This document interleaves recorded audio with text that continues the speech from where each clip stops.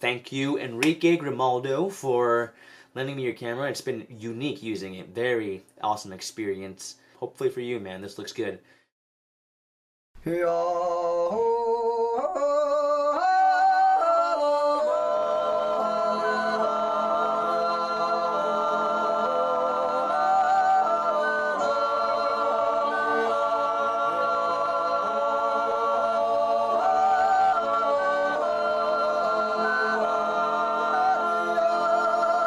Hello there. Been a long time. Too long, in fact. Surprised, aren't you? You thought I'd be dead this whole time. You wanted me to be bamboozled. You thought I'd be led on the primrose path. You wanted me conned or duped, had the wool pulled over my eyes. Hoodwinked. Wanted me taken for a ride. Railroaded. I'm sorry. Let's just have a seat, shall we? Well, I'd say you've caught up enough. Welcome back to this side of YouTube. It's been good having you. Well, this is awkward. How does one come back from such a long and unexpected hiatus?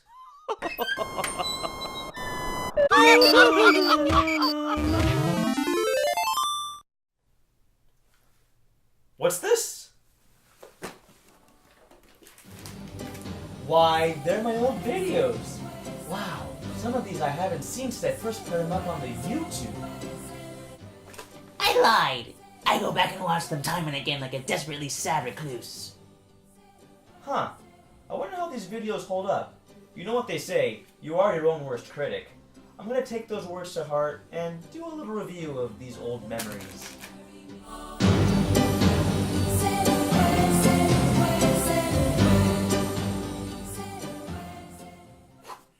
That's a great way to make a comeback, don't you think?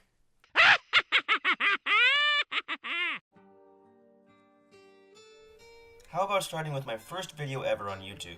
According to unpopular belief by people who don't care, I first uploaded a tribute to Keb way back in January of '06. Something weird happened with my YouTube channel, so I had to re-upload it after already having Danger Zone and Danger Zone 2 2 days later. So it doesn't show up as my technically first video, but truly it always has been. What can I say about Tribute to Keb? I took a stab at animation, failed miserably, but it was a huge feat in my life. Until then, I only drew pictures and comic books as visual storytelling devices.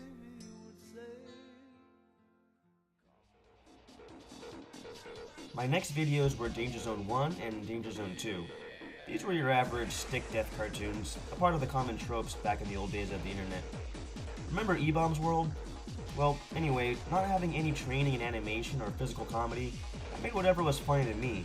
Notice how I'd have to caption whatever object was in frame. For this and Keb. Even my 12-year-old self knew my audience wouldn't understand what the hell was going on. Whoa! Let's skip this one. It's too fast to view. Damn it, I just have to say, I'm not going to go through every single one of my videos. I won't put you through that torture. But I will have to say, this was a fascinating time in the early days of YouTube. Just check out these views. 950, 1200, 76, let's skip that. 1600? Some of these were considered viral at the time. That's crazy. That's crazy. I remember this one. This was an actual idea I had for an animation. Just words. What kind of avant-garde idea was this? What was I thinking? But you gotta love the random nature.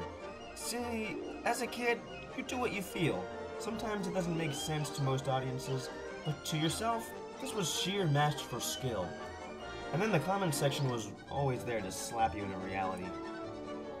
Okay, how about this one? Oh gosh! Get over here. So usually during the old days of YouTube, I would work on animations, and it was a no-brainer setup.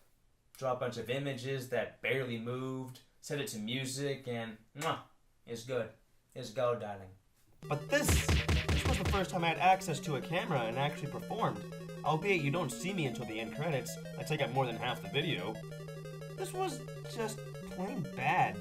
There was hardly a story, and I think I just wanted to show off those amazing Nintendo dolls. I think I still have them. Hey, what are you? I'm a Yu, but different. I'm a Wario. Get out of here!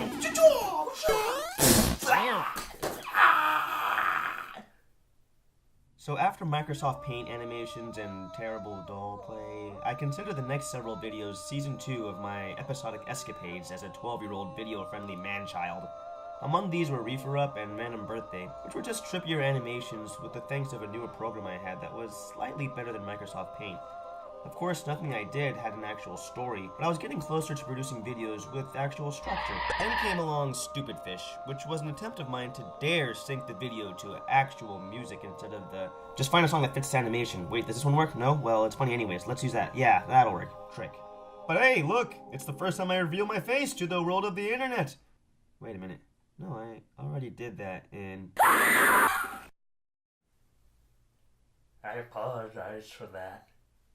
Don't worry. I'll make it up to you with... Oh, come on, not this one. Trust me, you don't want to see it. Are you sure? It's quite embarrassing. You sure? You're sick. And I like you. Probably my most popular video for the time and for all time pissed me off. It was just my friends and I playing around before. Also, I sound like a douchebag. Get back here! That was a good one, Johnny. Fuck you! I was going through puberty! Honestly, after that, I slowly stopped working on productions. There was Catastrophe, one of my personal favorites, which ended the animation streak for the time. Not till about a year and a half later, I tried animating again back to original roots. Microsoft Paint. Help was a simple stick figure animation, and quite honestly, while working on it, I had an odd bit of nostalgia. It's funny how you get into a rhythm of a little hobby for a short while, and pick up after it years later only to discover now that you have a deep connection to this little moment in your life. I did it again with Ice Screaming. This time an animation without music, but with a focus on the sound effects. And again, it was just a nice little short that came and went. Dungeon Beast was the last animation that I worked on using Microsoft Paint. This was before I would embrace the world of Adobe, and by this time, embrace adulthood, as most all my productions from here on out were works after high school. What a way to go out. This was when I was doing narrative production with digital. The idea sucked, but they were full of animated life and chaos. Shoot to Still was originally titled Shoot to Kill, simply about a killer camera which literally captured photos of its victims. It was inspired by James Rolfe's Cinemaphobia, a much darker and twisted picture about the killer camera. I didn't really work on major productions at this time. I mostly played around with Flash Professional, showing off cartoons rather than telling stories. It was an awkward stage in life where if I wanted to work on something, I felt it had to be bigger than anything else I've ever done. The result was a lot of nothing completed. I mean, there was The Amazing Benjamin Franklin, which I was proud of, and it actually gained praise from some college professors of mine. But the real project was The Legend of Rita Parts 1 and 2. And as I look back, they're terrible. Oh God. Did I really believe this was presentable? The animation is lackluster, and the audio quality is terrible. Part 2 was a smidgen better, but there's an odd farting noise heard throughout the entire video.